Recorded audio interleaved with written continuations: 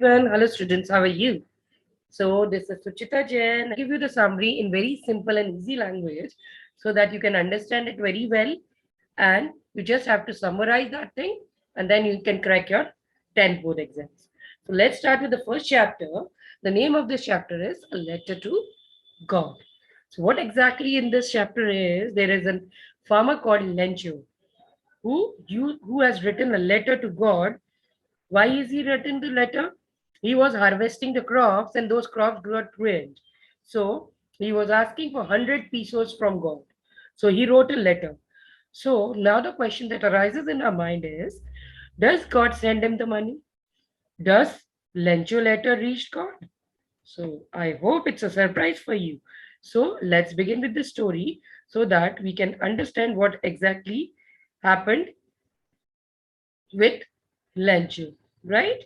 And how this story, what was the end of this story? Story goes like this. So there was a farmer and his house was in a valley and he was living on the top of a hill. When he used to see it from the top of the hill, there was a river and he was having corns. He was ripening corns, and for that, and that corns were having flowers, and the this was all ready, the crop was all ready, and it was a harvesting time. So he was waiting for the rains, he was waiting for the showers at that time. So what he was doing, he was waiting in the field that there should be some rain so that he could finally harvest his crop and take it out for selling. So the rains was not there. He was really worried.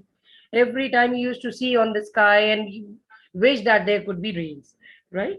Now, what happened? He went home that day and he talked to his wife and he said, I wish and I believe. And he was just predicting that there will be a rain that day. So there were small children who were playing in the they were playing outside his house, and the bigger children, they were bigger means his family members, you can say, they were harvesting the crop in the farm. So mother has prepared the daily meal and she was calling all those kids. So by the time Lencho was just taking his dinner, at that time he realized some kind of rain was over there, right? So he was feeling those showers. He could hear that voice. So that droplet shower, he was surprised and he was predicting. So he imagined, yes, now it is fulfilled. Now there is rain. So he went out to see that rain. And to his surprise, the raindrops were falling down. So the bigger drops were for 10 cent pieces and the little ones were for 5 pieces.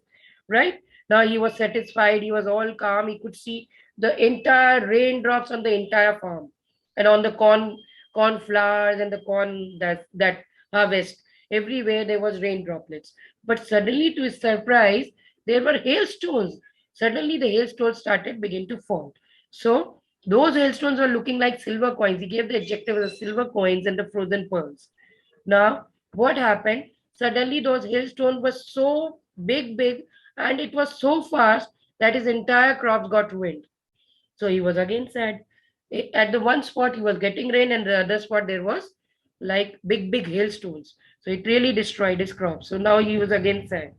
On that day, after finishing his meals, when he was about to sleep, he could see all those heavy snow, and it was all covered. The entire area was covered with snow. So at that night, he couldn't sleep.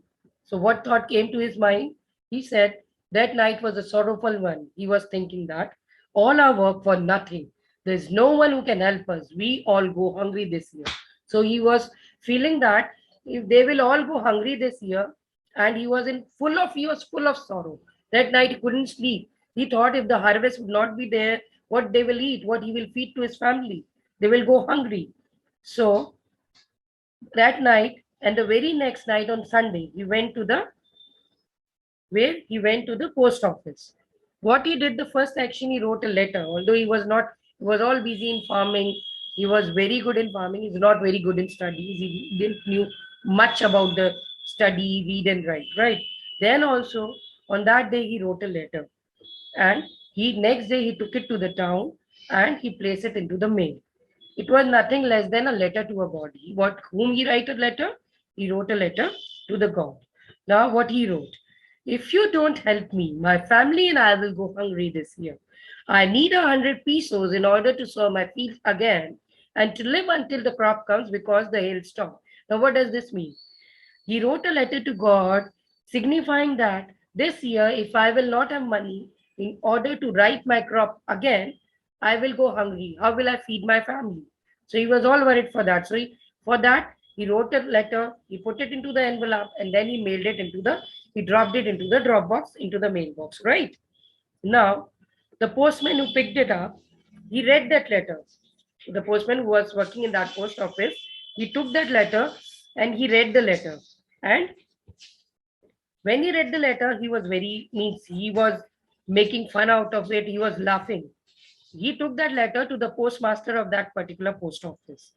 Now that postmaster also laughed at the letter, but suddenly he was serious and he kept that letter on the desk and he commented, "What faith?" He commented, I will show you properly what he commented.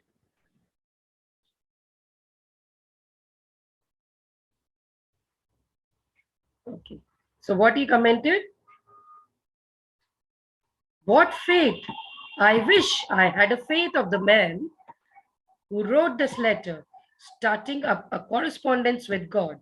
So he said, even I could have that faith. I believe that I should have that faith that person is having in God. So in order not to shake the writer's faith, means writer who has narrated this story, not to shake the faith of that farmer, what did that postmaster do? He collected the money, the pesos, that is a Latin French currency. So he collected all those pesos from, he gave half of his salary of that month. He collected from his friends. He collected from all those employees who were there in the post office. But still he could only collect 70 pesos on the whole. So what he did next? So even though he collected 70 pesos, he put it into that envelope again. He collected that money, he put it into the envelope. He just closed that envelope. He posted it on the top. He wrote the name of the farmer. Okay. He wrote the name of the farmer over there. And at the end, where there is from the letter whom we receive it. So he wrote God over there. So on the very next Sunday, that farmer came back to the post office. So what he asked from the postman, did I had any letter? Did I received any letter in this week? So the postman, what he did, he gave the letter to the Rancho that yes, you have received a letter. And Rancho opened it. He was not surprised. He was all normal because he knew that God will reply. He had that faith. He was not at all surprised with this. He was confident enough that God will send him money. Now he opened the envelope and he saw only 70 pesos. Now he was again very sad.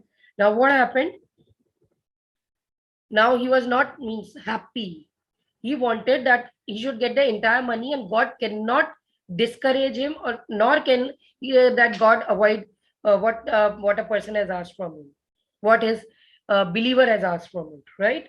So what he did, he took one more plain paper from there from the post office. He went to the writing table over there. He wrote the letter again to God, and this time he emphasized over there. What was the lines that he emphasized? I will let you know.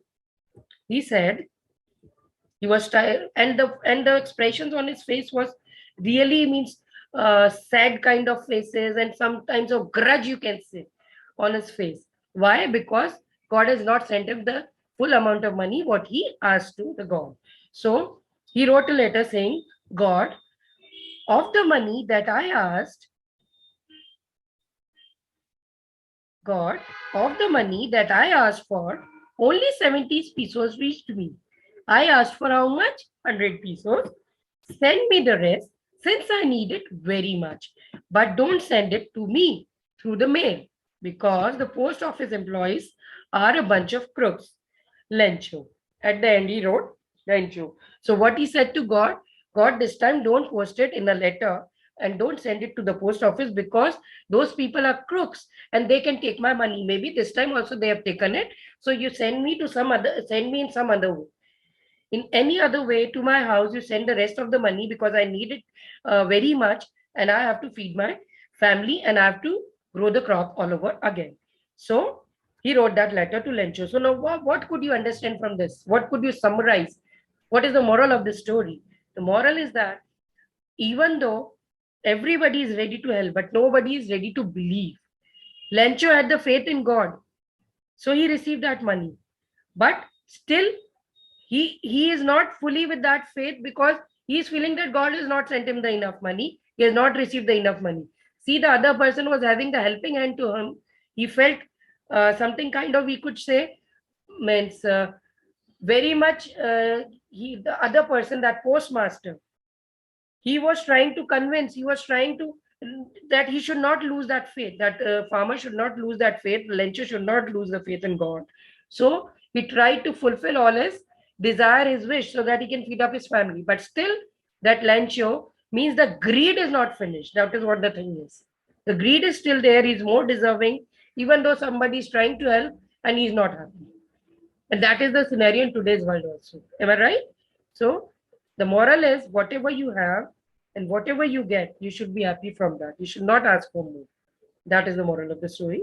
So thank you so much. I hope this has interested you and you have got what exactly the meaning of the story is. Thank you so much, and wait for the other ones to come up, the other lessons. Thank you so much.